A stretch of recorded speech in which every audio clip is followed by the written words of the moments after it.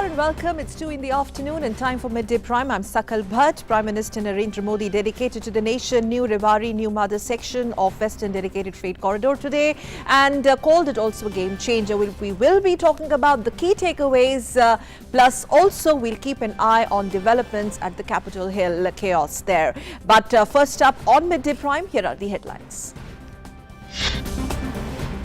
Prime Minister Narendra Modi dedicates to the nation Rewari Madar section of Western Dedicated Freight Corridor to the nation today. Prime Minister also flags our world's first double-stack long-haul 1.5-kilometer long container train hauled by electric traction. Speaking on the occasion, Prime Minister stressed on the need to create world-class infrastructure in India.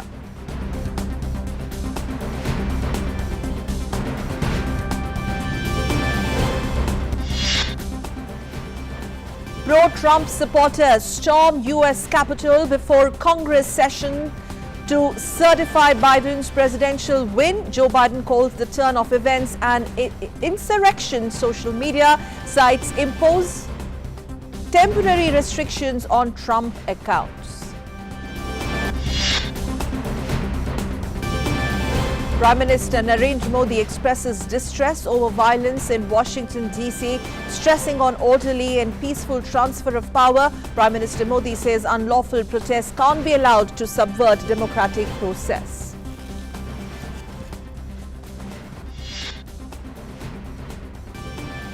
Democrats set to control the U.S. Senate as party candidate Jon Ossoff and Raphael Warnock win the Georgia polls. The result splits the Senate 50-50, with Vice President-elect Kamala Harris deciding the tiebreaker. Union Health Minister Harshvardhan holds a meeting with the states today in the run-up to the next round of the dry run for COVID-19 vaccination, which is scheduled for tomorrow. New cases reported per million population is below 100 in last 7 days. Only one death per million population recorded in the last few days.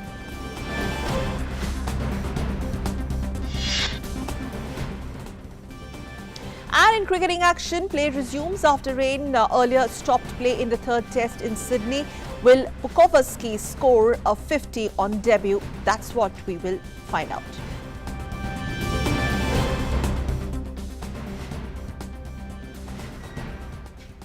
And let's begin Midday Prime with the big story of the day.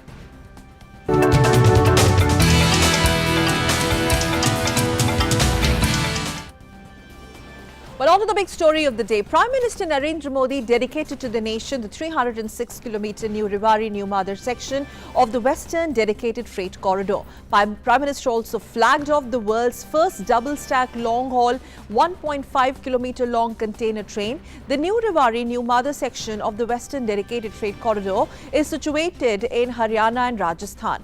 The opening of this stretch will benefit various industries in Rewari, Manesar, Narnaul, Fulera and Kishangarh areas of these two states. Prime Minister said that the Eastern and the Western Dedicated Freight Corridors are being seen as a game changer for India. Dedicated freight corridor के इस project को 21वीं सदी में भारत के लिए game changer के रूप में देखा जा रहा है। पिछले 5-6 वर्षों के कड़े परिश्रम के बाद आज इसका एक बड़ा हिस्सा हकीकत बन चुका है। कुछ दिन पहले जो new Bhavpur new Khurja section शुरू हुआ है, वहां मालगाड़ियों की स्पीड 90 किलोमीटर प्रति घंटा से ऊपर तक दर्ज की गई है। जिस रास्ते में मालगाड़ियों की औसत स्पीड सिर्फ 25 किलोमीटर की रही हो, वहां अब पहले से करीब करीब 3 गुना ज्यादा तेज मालगाड़ी चलने लगी है। भारत को पहले के मुकाबले विकास की यही स्पीड चाहिए और देश की ऐसी ही प्रगति चाहिए। Prime Minister also added that this corridor will help in the development of the new growth centers in different parts of the country. Dedicated freight corridor चाहे ईस्टर्न हो या वेस्टर्न, ये सिर्फ आधुनिक माल गाड़ियों के लिए आधुनिक रूट सिर्फ नहीं है, ये डेडिकेटेड फ्रेट कॉरिडोर देश के तेज विकास के कॉरिडोर भी है। ये कॉरिडोर देश के अलग अलग शहरों में नए ग्रोथ सेंटर और ग्रोथ पॉइंट के विकास का आधार भी बनेंगे। Prime Minister added that this corridor would promote agricultural and business activities and prove to be helpful in industrial growth in Haryana and Rajasthan. Haryana और राजस्थान में खेती और इससे जुड़े व्यापार को तो आसान बनाएगा ही, साथ ही महेंद्रगढ़, जयपुर, अजमेर, सीकर ऐसे अनेक जिलों में उद्योगों को नई ऊर्जा भी देगा। इन राज्यों की मैन्युफैक्चरिंग यूनिट्स और उद्यमियों के लिए काफी कम लागत पर राष्ट्रीय और अंतर्राष्ट्रीय बाजारों तक तेजी से पहुंचने का मार्ग खुल गया है। गुजरात और महाराष्ट्र के बंदरगाहों तक तेज और सस्ती कनेक्टिविटी मिलने से इस क्षेत्र में निवेश की नई संभावनाओं को बल मिलेगा। Prime Minister said that a number of multi-modal logistic parks, freight terminals, container depots and parcel hubs would be made at 133 railway stations across this country. Prime Minister said that villagers and farmers would be benefited by this infrastructural development. इस dedicated freight corridor से ही 9 राज्यों में 133 railway station cover होते हैं। इन स्टेशनों पर इनके साथ नए मल्टी मॉडल लॉजिस्टिक पार्क बनेंगे, फ्रेट टर्मिनल होंगे, कंटेनर डिपो होंगे, कंटेनर टर्मिनल होंगे, पार्सल हब, न जाने कितनी ऐसी व्यवस्थाएं, अनेक नई व्यवस्थाएं, आधुनिक व्यवस्थाएं और विशाल व्यवस्थाएं विकसित होने वाली है। इन सब का लाभ हमारे गांव को, हमारे गरीब को, हमारे किसान को होगा, छोटे उद्योगों को होगा, कुटीर उद्योगों को होगा और साथ साथ बड़े मैन्युफैक्चरर्स को भी आने के लिए बहुत बड़ी अवसर बन जाएगा और उनके द्वारा भी अर्थव्यवस्था को गति मिलेगी। Prime Minister added that infrastructure boost in India would ensure fast pace of development and subsequently India's growth would match the global standard. आज समय की मांग है कि भारत को अपने इंफ्रास्ट्रक्चर को ग्लोबल स्टैंडर्ड्स को मैचिंग करे, इस दिशा में ले ही जाना होगा। हमें विश्व की उत्तम से उत्तम चीजों की ओर बराबरी करने के लिए आगे बढ़ना ही होगा। आज हाईवे, रेलवे, एयरवे, वाटरवे की कनेक्टिविटी पूरे देश में पहुंचाई जा रही है और तेजी से पहुंचाई जा रही है। अपने पोर्ट्स को, ट्रांसपोर्ट के अलग अलग माध्यमों को कनेक्ट किया जा रहा है, मल्टी मॉडल कनेक्टिविटी पर फोकस किया जा रहा है। Prime Minister said the world's first double-stack long-haul container of train would boost connectivity and play an important role in the economic development of the country. आज हरियाणा के न्यू अटेली से राजस्थान के new Kishangarh के लिए पहली डबल स्टैक कंटेनर मालगाड़ी रवाना की गई है, यानी डिब्बे के ऊपर डिब्बे, वो भी 1.5 किलोमीटर लंबी मालगाड़ी में। ये अपने आप में बहुत बड़ी उपलब्धि है।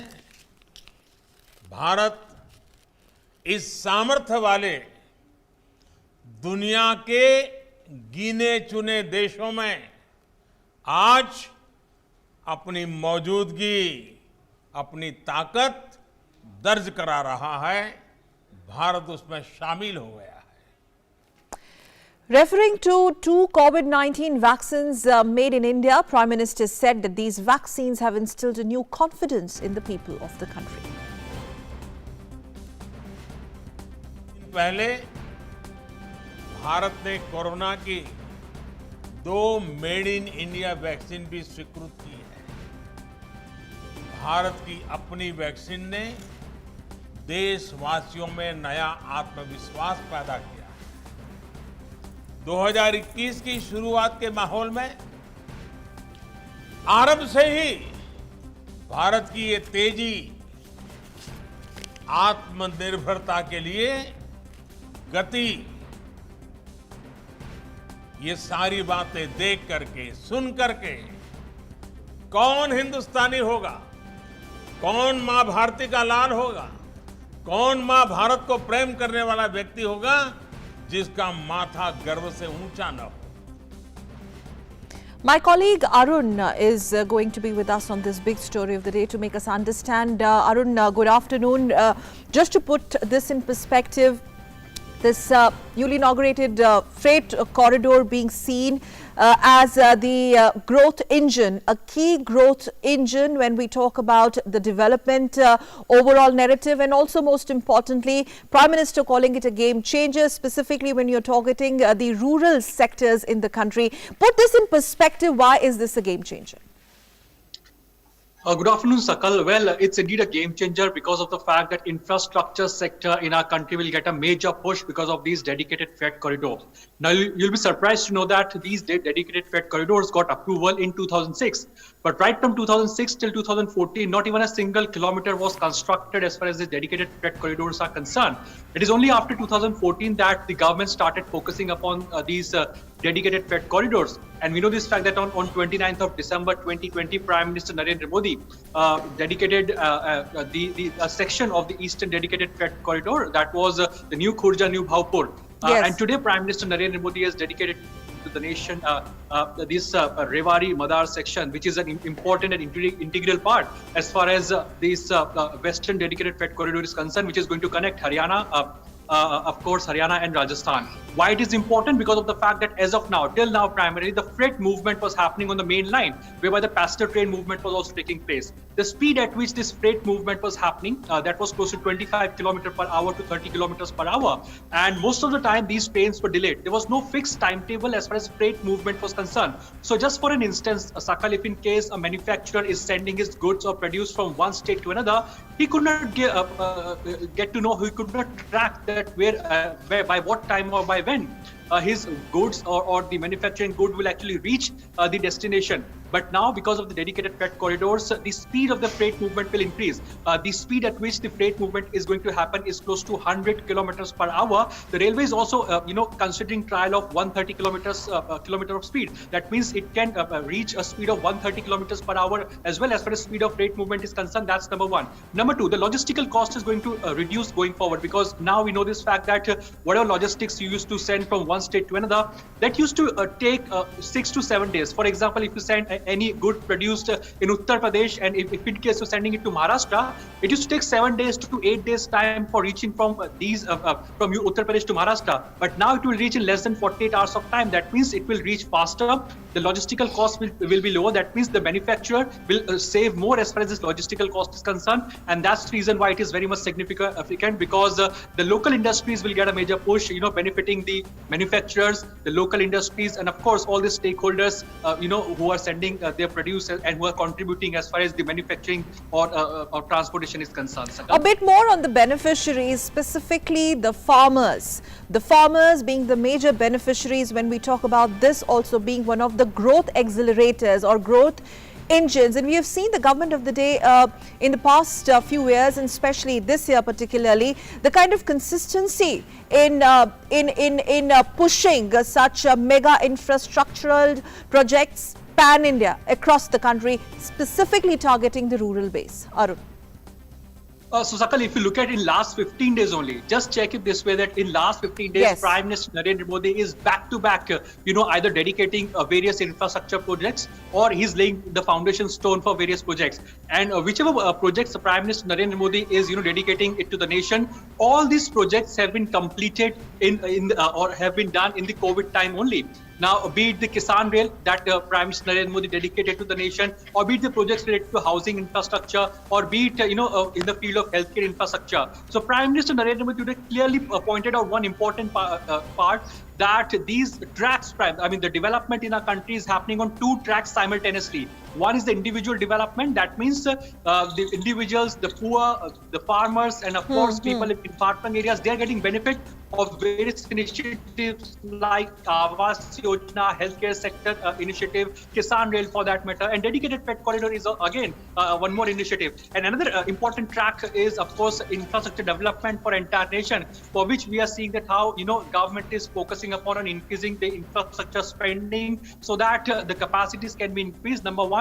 Number two, how can future generation or the future or next generation infrastructure can be built so that the next generation can benefit out of it. And last but not the least, we know this fact, Sakal, that if in case we have to come out of the COVID crisis financially, it is very much important that the government invests massively on the infrastructure sector. And that's the reason that government is, the infrastructure has become the priority for the government. Absolutely. And that's the reason why so much fast track has been made as far as the investment in infra is concerned. Yes, one final question, Arun. Prime Minister specifically talk about these two Made in India vaccine. The world is looking at India, and a very quick one on that particular point. At the time when the world is looking at India, India will be in fact into the midst of one of the largest and the biggest inoculation drive of the country during pandemic times.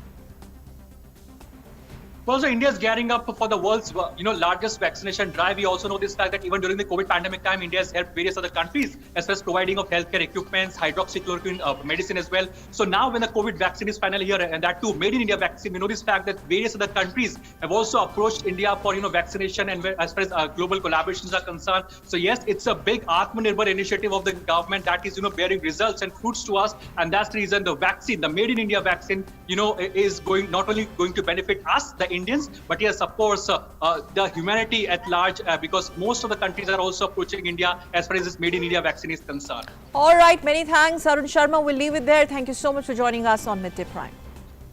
And now let's move on to the next segment on Midday Prime, that is National Prime segment.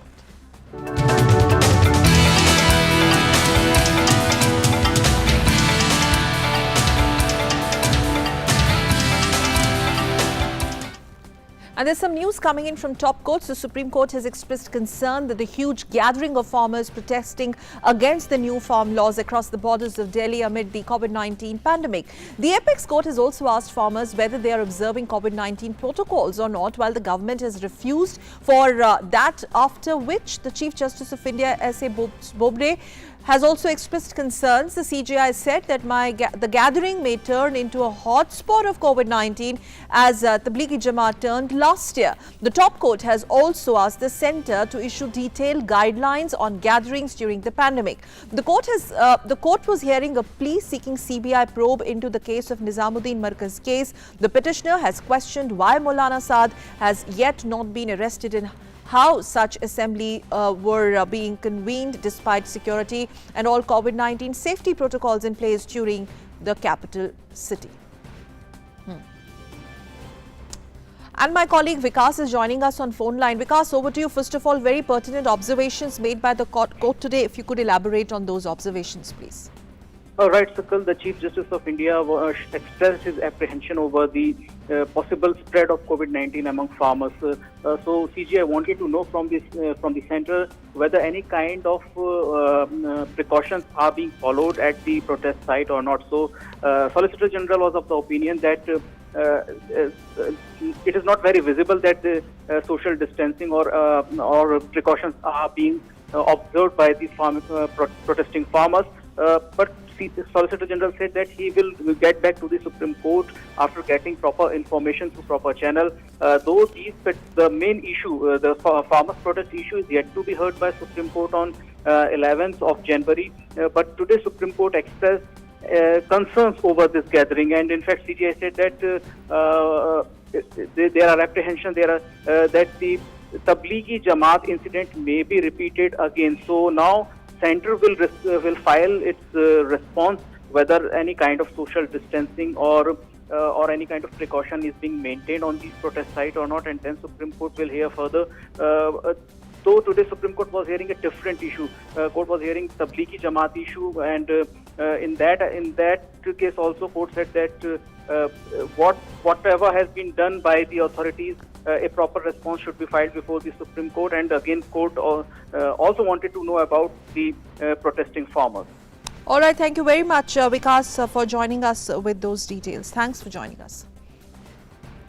And we're getting some big breaking news right now. US Congress has formally certified Joe Biden's election win. Well, that comes at a very crucial juncture amidst all the Capitol Hill chaos. And now the big news coming in from United States of America that the US Congress is formally certifying Joe Biden's election win. And we'll have to see the kind of implications that it can have on the ground situation there, and what is it that's going to trigger the reaction that's going to trigger from Donald Trump's camp. But at the end of the day, the numbers clearly in favor of Joe Biden. And my colleague Ramesh Ramachandran joining us on this big breaking. Ramesh, this was actually a matter of time, but the developments in Capitol Hill and now this. Over to you, please, for more details. Indeed, it's a historic moment and a day of fast-paced developments in the U.S. as well. The news coming in from Washington, D.C., the seat of the U.S. legislature on Capitol Hill, is that Joe Biden has been officially certified as the next U.S. president, and he will be sworn in as expected and anticipated on the 20th of January. That's less than a fortnight from now. And one can expect Joe Biden now to have a clear view of his presidency, 4 years of office. And this comes on the heels of violent, unprecedented protests witnessed on Capitol Hill just a few hours ago. And that's the violence lasted almost 4 hours, but now we are told that the Washington D.C. has been secured and the Capitol building has been secured, and that normalcy has returned back to the legislature, and the lawmakers have just officially certified Joe Biden as the next U.S. president. Joe Biden, the next US president. Ramesh, a bit more now. Very interesting. We'll have to see how Donald Trump's camp is now going to react, or whether he chooses not to react to this development. But that doesn't change anything, because the writing is on the wall. Considering his social media sites have already been blocked. Indeed, as you mentioned correctly, Sakal, at about 2 p.m. local time yesterday in Washington D.C., we saw unprecedented events. When pro-Trump supporters stormed the U.S. legislature building. They, in fact, entered the 2 chambers of the legislature, the Senate and the House, brandishing weapons in some cases. That resulted in 4 deaths, unprecedented in the history of American democracy, and 52 people have been arrested for the mounting violence that one saw happen in Washington, D.C. At the same time, as you mentioned, social media sites, including Twitter, Facebook, Instagram, have all either blocked Trump's account or taken down videos that they found unwarranted. So, unprecedented scenes witnessed in Washington, D.C. At the same time, Sakal, 2 other important developments for the U.S., especially the U.S. state of Georgia, where Democrats have won both Senate seats and have wrested control of the legislature for the first time in 10 years. The last time it happened was under President Barack Obama 10 years ago, which means that President Joe Biden has a clear view of enacting his legislative agenda and pass laws to fulfill its mandate for the next 4 years in office. Yes. Just help us understand, Ramesh. You've been tracking it very, very closely, Ramesh. Now, the latest development, what does it really mean for America, the politics of America, especially the kind of developments that we have seen as a run-up to this day, which obviously will go in the annals of history, especially US politics. What does it mean for the people there, the politics there? Most importantly, Ramesh, what happens next? Next 48 hours, very crucial. Indeed, Sakal, America is vertically split right down the middle between supporters of President Trump and Democrats led by Joe Biden in particular. And we've seen unruly scenes in the U.S. Capitol a few hours ago. But clearly the onus is on both the parties to cool down tempers, to to feel the nation as it were, and to look ahead, because many people consider the US as the world's oldest democracy, and it does not behold of the world's oldest democracy such as the US to actually witness scenes such as one that we saw happen in DC a few hours ago. At the same time, Joe Biden has used very strong words to condemn what has happened in the US. He says he did nothing short of an insurrection, meaning thereby that this was an attempted coup to disrupt the legislative process, the legitimate process happening in the US. Clearly, America needs to take time out to actually look back at the events of the day or so and look ahead to a new chapter in American history, especially under President Biden in the White House. Let's also, Ramesh, we have to stay on this big story. Let's also put in perspective what really clicked for Biden and what did not actually for Trump. Finally, this is culminating in this big win, a historic win. Especially the last 48 hours have been very dramatic in US and the world has been watching it.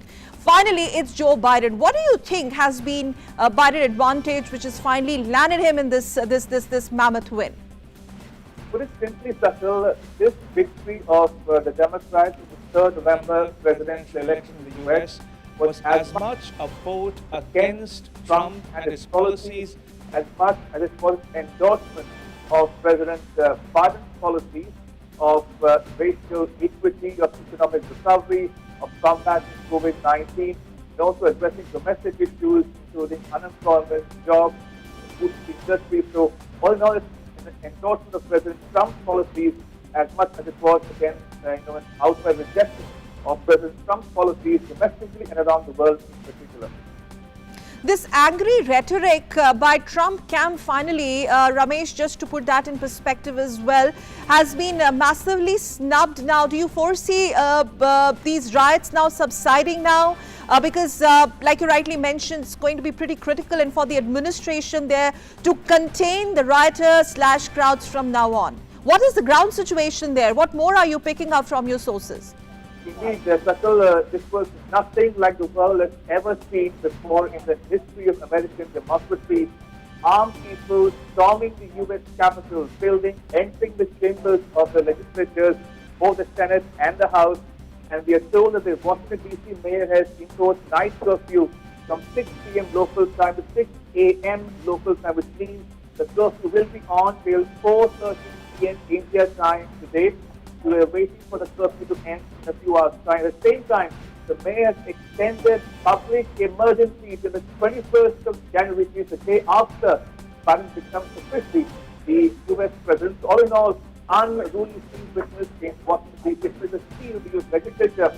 And we've heard from many world leaders around the world, Sakil, condemning what happened in the U.S., including Prime Minister Modi, who has put out a tweet first thing in the morning saying he was distressed by what is so happened in the U.S. and he hopes for a peaceful transfer of power from Trump to Biden in the days ahead.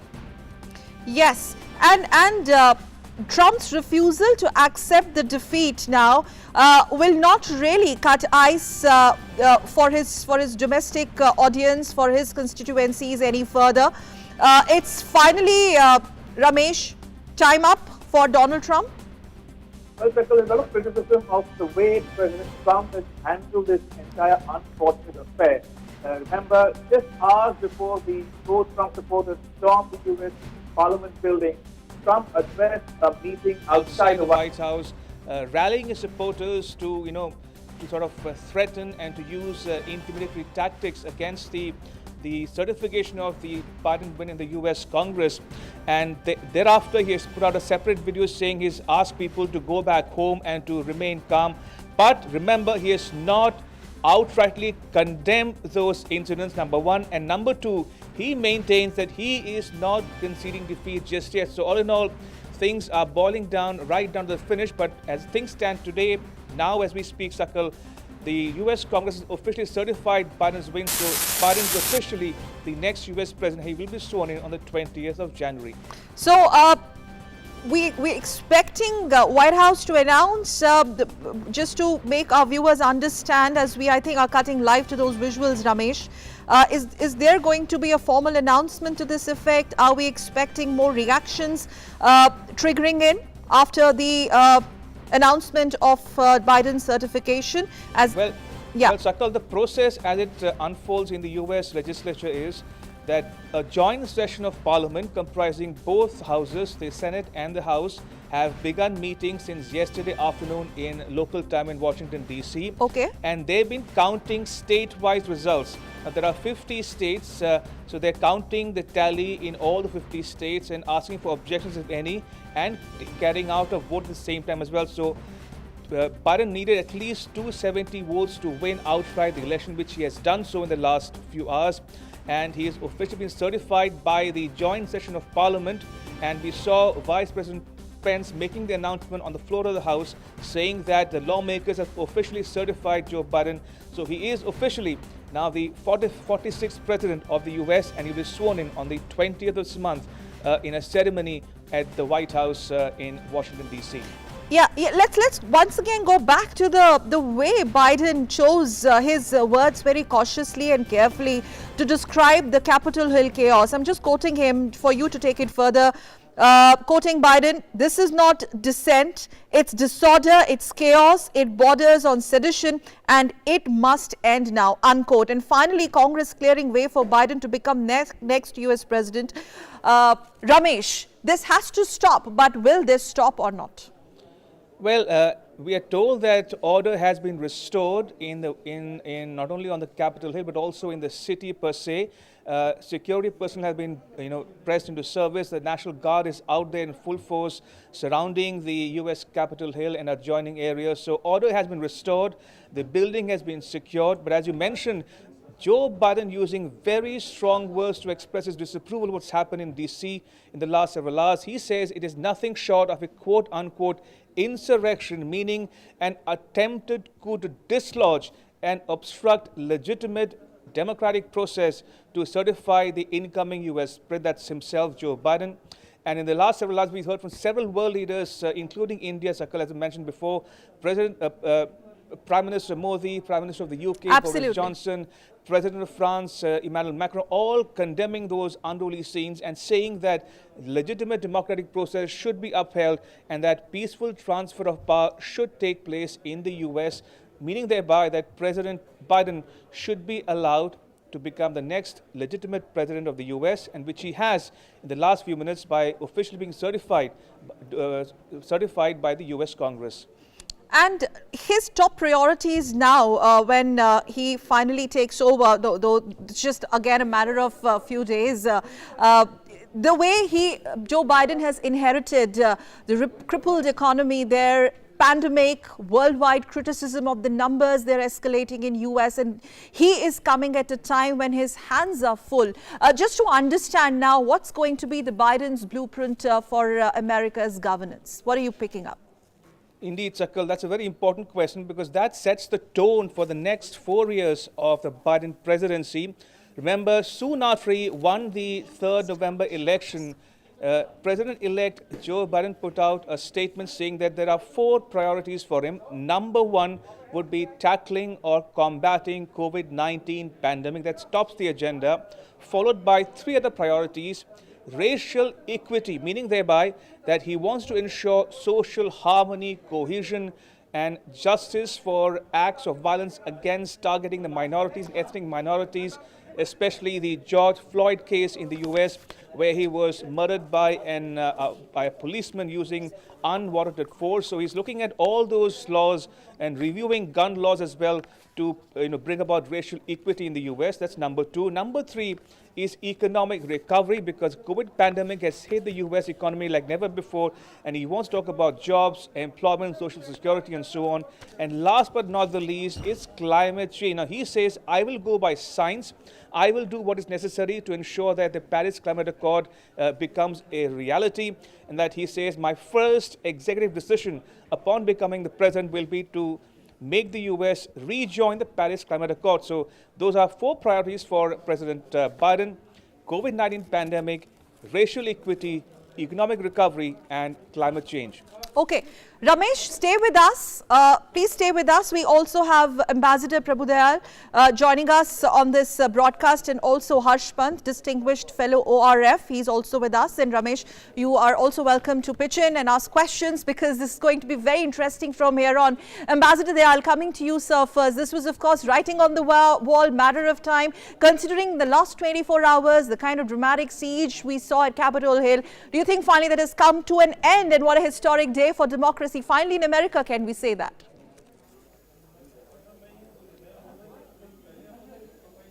Ambassador Dayal, please. Can you hear me? Yes, sir. Please go ahead. Well, I was saying that where Donald Trump is concerned, you never know when all the melodrama will end. You know, I have been saying for a long time that where this election is concerned, you ain't seen nothing yet. Because this man, Donald Trump, has such a huge ego that he refuses to accept the verdict of the American people. Now, the US Congress has also certified the election results, but whether he will exit with grace remains to be seen. Does it really matter? Does it really matter? I'm sorry I'm interrupting you here. Now the focus shifts to Joe Biden, the President of America. True, but if he refuses to vacate the White House, for instance, imagine how American democracy is going to be shamed. This has already happened. America has never been put to so much shame in terms of its democratic traditions as it is now. So one hopes that Joe Biden is able to peacefully take over as President of the United States, that Donald Trump accepts the verdict of the American people. But unfortunately, we have seen this racial rioting break out, which is in support of Donald Trump. He has egged on his supporters. His Twitter account has been banned as a result. It has been put out of action. But frankly, the situation in America is such that while Donald Trump should be accepted as the outgoing president, but if he himself and his supporters continue to fight, then the law and order authorities will have to step in more drastically. Okay. They have not done so much. Donald Trump, in fact, had refused to send in the forces. It was perhaps Mike Pence who did so. So my fear is that the violence which was going to be incited by Trump through his supporters might continue for some time before we see Joe Biden take over and rein in the situation. And wouldn't that augur more embarrassment for Donald Trump, taking this to Harsh Panji? Now, Donald Trump has no option but to accept it finally, isn't it? Because now, maybe in few hours, Harsh Pant, the focus is clearly going to shift on Joe Biden taking it over officially, and his plan for United States of America. What Trump does, what Trump says, what his rioters really do or they don't choose to do, does it really matter to the world now?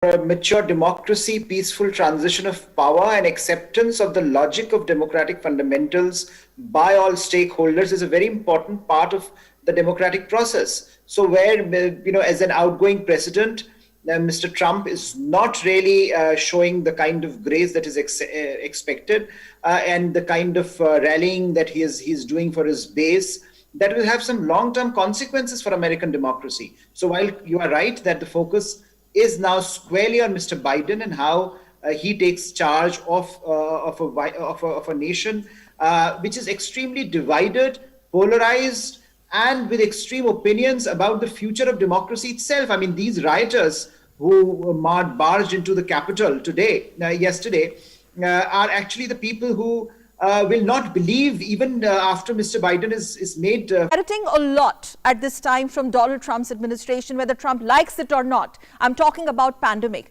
So as the focus shifts to Biden's governance, do you think this is going to trigger or snowball into Trump's international condemnation or isolation, if I may be allowed to use that word? Because reactions coming in across the globe are strong, whether he likes it or not.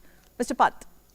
Yes, absolutely. I think international community is looking at it askance. International community is looking at it with a great degree of incredulity. And I think particularly for those who believe in democracy, who have looked at America as an exemplar of global democratic firmament, I think these are very, very unfortunate events that have happened in the last 24 hours. And certainly, therefore, the question is, how can America transcend these boundaries, and whether America can come back at a time when authoritarian states around the world, and in particular China, is challenging the very normative fabric of the world order. So we need, a lot of the democracies in the world would say that they need a strong American democracy. And clearly, as American democracy is frayed, as American democracy is weakened, we are in for challenging times. And therefore, we have seen strong condemnation coming from all quarters as far as global leadership is concerned. Yes. And therefore, perhaps possibly Mr. Trump's isolation in the coming days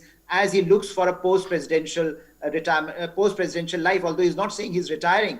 He's saying that he might come back in 2024. Yes. I'm going to, in fact, take the same question to Ambassador Dayal, and my colleague Ramesh can pitch in and take it from there. Ambassador Dayal, your take on it. Trump has to accept, even if he doesn't, smooth transition of power is what the world would expect in America. But even if that doesn't happen, but that doesn't change. You have Joe Biden as the next president of United States of America. Of course, Joe Biden has been elected as the new president. He's president-elect. The Congress has certified the election results. Donald Trump should accept his defeat and exit with grace. But he is refusing to do so. He's digging in. He's incited violence. He's referred to the rioters as very patriotic people. Yeah. He said they are nice people. And 4 people have died in this violence. I'm not sure whether it is going to abate so quickly. I hope it does. But it has done incredible damage to the reputation of the United States as a democracy. The US prides itself on being the world's greatest democracy. But the world's greatest democracy does not behave like this, with the president who loses the election refuses to exit. And at the same time, the Twitter account of the president is hacked because he is seen to be inciting violence. So America is going through very troubled times. The violence which has taken place in Washington, D.C. has not been seen since 1814, when the British forces burned the Capitol and also the White House. So I think I'm worried for America, but I hope that all this is put to rest, and that Joe Biden takes over as the next president of the United States. And that, as Prime Minister has said, we are distressed by this sort of violence. And I hope the violence abates and the peaceful times take place again. Yes. I'm going to quickly go across to my senior colleague Ramesh. Ramesh, you wanted to make a point there while the people. Yes, go ahead, please. Prabhu Dayal to Professor Pant now. Professor Pant, now we've seen what happened in the US Capitol Hill in the last several hours. But as you mentioned about the consequences of this for America and the world at large, this is not a good advertisement for American democracy in any manner. It has tarnished America's standing and reputation on the world stage. But more importantly, how will it reflect or impact countries around the world which are seen as authoritarian? Now, we've already heard from Beijing, where Chinese Foreign Ministry spokesperson has equated what happened in Washington, D.C. with a protest in Hong Kong. So clearly, there is a lot at stake here, isn't it?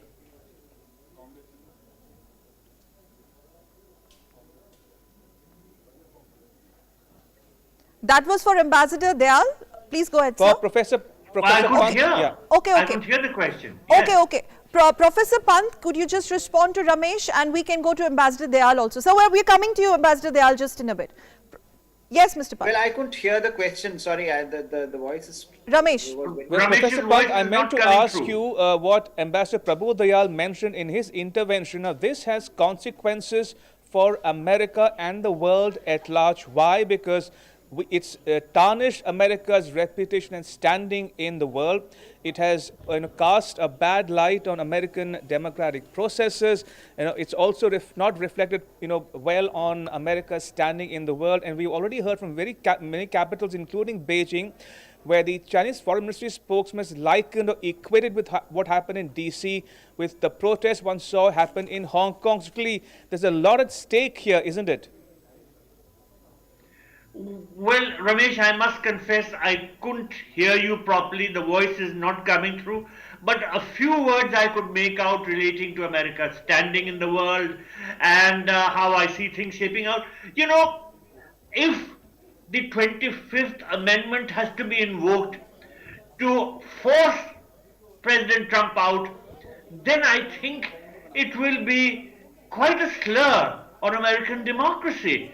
Because as I said earlier, America is considered one of the great democracies. The Americans called themselves the world's greatest democracies. And if a situation like this arises where a president loses the election and refuses to exit with grace, then I think, yes, it will dent the image of the United States as the world's leading democracy. Now, how this will impact on America's standing internationally? Well, you know, once things settle down, once the internal situation in the United States settles down, then America will again find its place in the world, because there is no doubt that it is the #1 economy, that the American people are well regarded all over the world. India's relationship with America is now becoming stronger. We are both facing common challenges like the expansionism of China, both territorially and in the economic sense. So I do hope that in the United States there is a quick and peaceful transition to the Biden administration, which is able to take control properly and then start implementing American policy both internally and externally. I do wish the American people all the best in these very troubled times. Indeed, and Ambassador Prabhu, they are looking ahead now. We've seen the US Congress officially certify Joe Biden as the 46th president of the US. Now, that clears the way, that paves the way for Biden to officially and actually implement his legislative and political agenda over the next 4 years.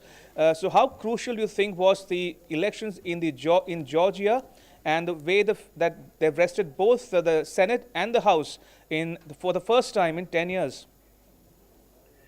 Well, Ramesh, I must confess, I'm not getting your voice properly.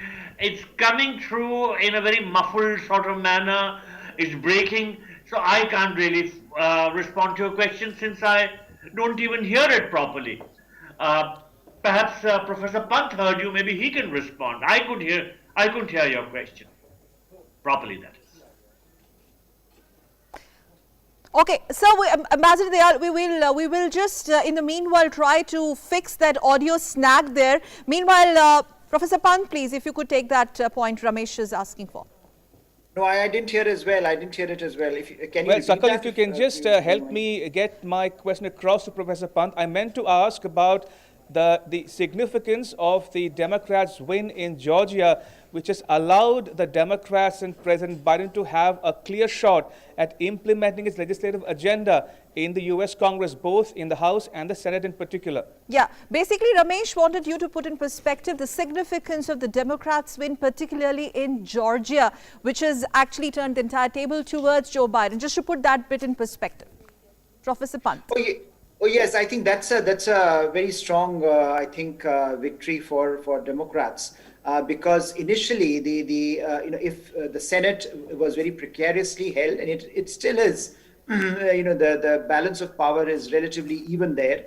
And if the Democrats had lost the Senate, then the Republican control would have been very, very strong in the Senate, and it would have been very difficult for Mr. Biden to accomplish some of his most ambitious legislations, where I think he would have gotten a lot of pushback from the Republicans. Even now, it's not entirely clear whether the Senate would support his more ambitious plans. But clearly, I think the sentiment in the wider body politic of America, especially after the events of the last 24 hours, is that the country needs to get back together to governance, and Mr. Biden would seek support from Republicans as well as the Democrats across the aisle, across the divide, across ideological spectrum, to make it very evident that he should be governing for all Americans. And I think that is going to be his most immediate priority, and therefore he would need the support of the Congress, which remains very divided.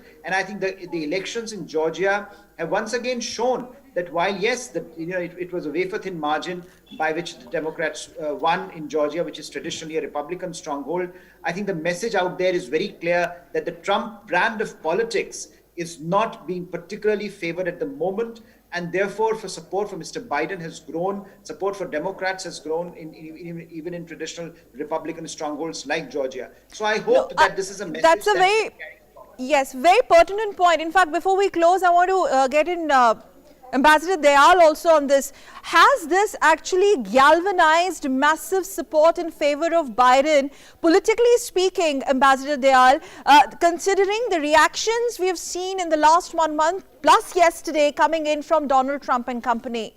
This is going to be, in a longer run, advantage Joe Biden.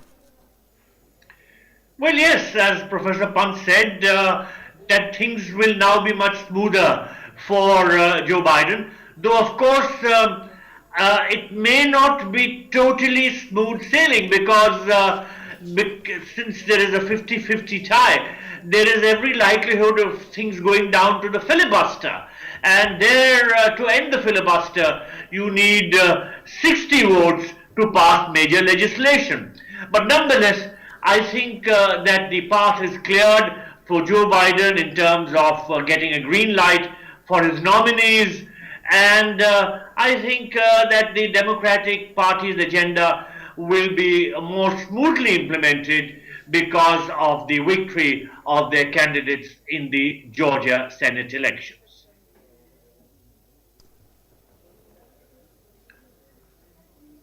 They won both the seats there. Ramesh, can you hear us, please? You can make your point, please. Sorry, could you repeat that again, please? Yeah, Ramesh, we need to wrap it up. But before we wrap up, a quick wrap up from you, please. Next few hours, very important. So what has happened in the US, if I can just bring our viewers up to speed with all this happened in the US in the last several hours. We've seen unruly scenes on the US Capitol Hill. We saw armed men storm the US Parliament building, enter the chambers of the two houses, the Senate and the House. And we've seen unprecedented scenes witnessed on the premises of the US Parliament. We are told that there are 4 people dead, including 1 woman, and 52 people have been arrested at last count. And the mayor of DC has imposed a night curfew till 4:30 p.m. Indian Standard Time on the 7th of January, that's today, and has also extended public emergency till the 21st of January, that's the day after Biden is officially sworn in as the next US president.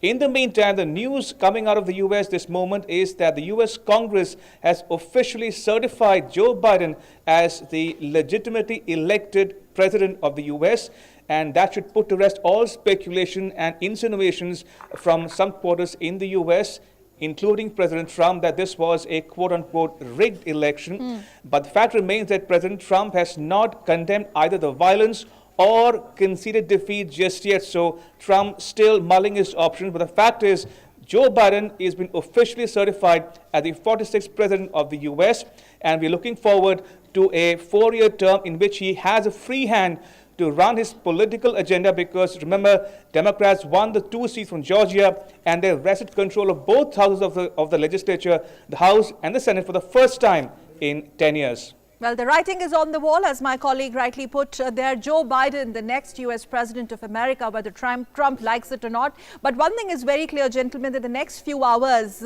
or few days are going to be extremely crucial to see how the situation pans out on ground there and the reactions that will now come from Trump camp or not. We will continue to keep that big international story for you on DD News and DD India. Meanwhile, thank you very much, Ramesh Ramachandran, my colleague, Ambassador Dayal and Professor Pant for joining us on this special broadcast on DD News and DD India. Thanks for joining us. And with that, it's time to also wrap up Midday Prime, but this continues to be our top focus later in our subsequent bulletins as well. I need to take your leave. Thank you so much for tuning in. Namaskar.